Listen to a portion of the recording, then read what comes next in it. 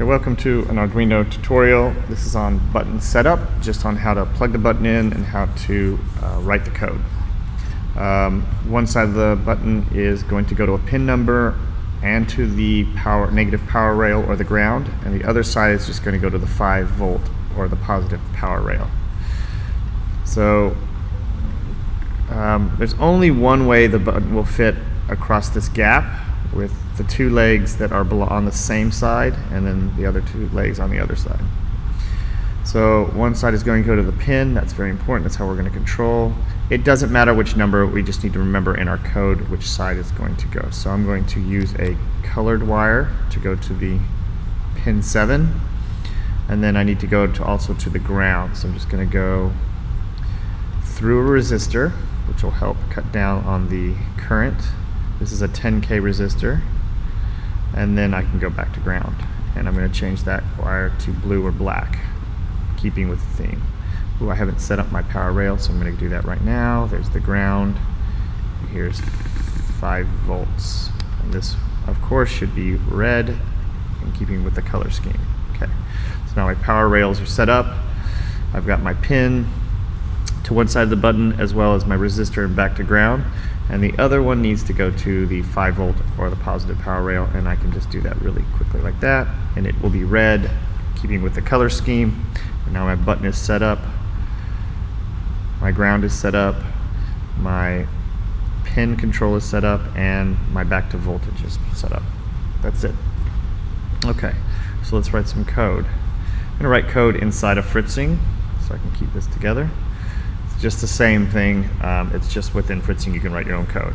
So the first thing you need to do is you need to set one variable, and we're going to call it button state. It can be whatever you want to call it, presses, or what is the button saying. And we're going to set it equal to 0, meaning it's on an off state at first. Okay.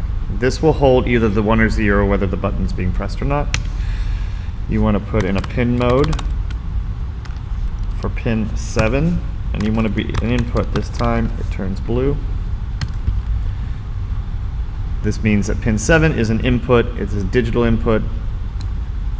And we'll open up our serial.begin at 9600. That is just our communication, so we can read what the button is saying.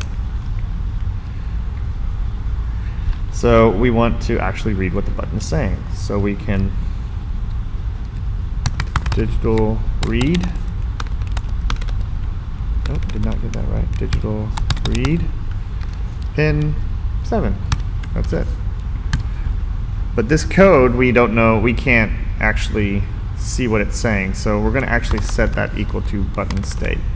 So button state is equal to the digital read of pin 7. So now button state will either be a 0 or 1 whether the button is being pressed.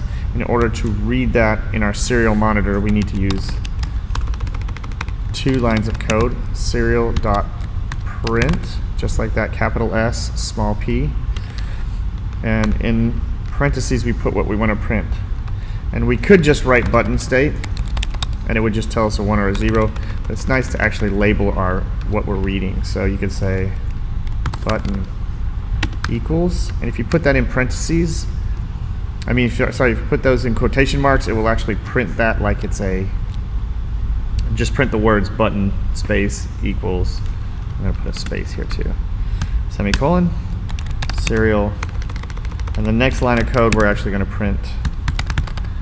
But after it prints this, we want it to go down a line. So println hits the return button. So now we can just write, instead of putting in parentheses, we just write the variable that we want to print. So that's it. You can run it.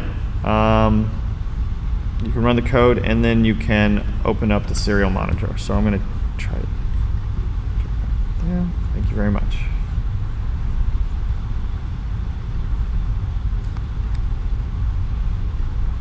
So now I have the code in the Arduino here, and I'm going to just upload it to the board.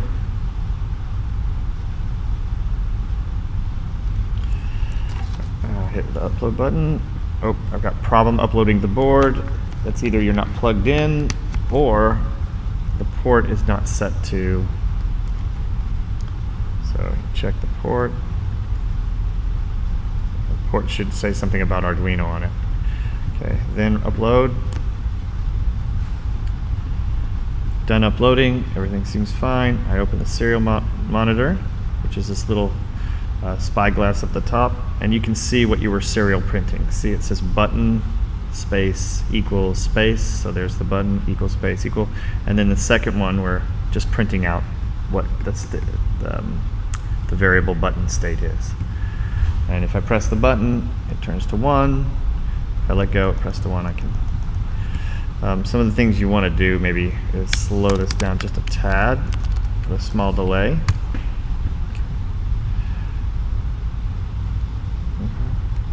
Up like that. Again, open up your serial monitor right away. As soon as the program starts running, it gives you a little bit better. So it's very hard to press it just once. Okay. And then now that we have this information, we can go to the next program, which will be using the button press to do something. Thank you.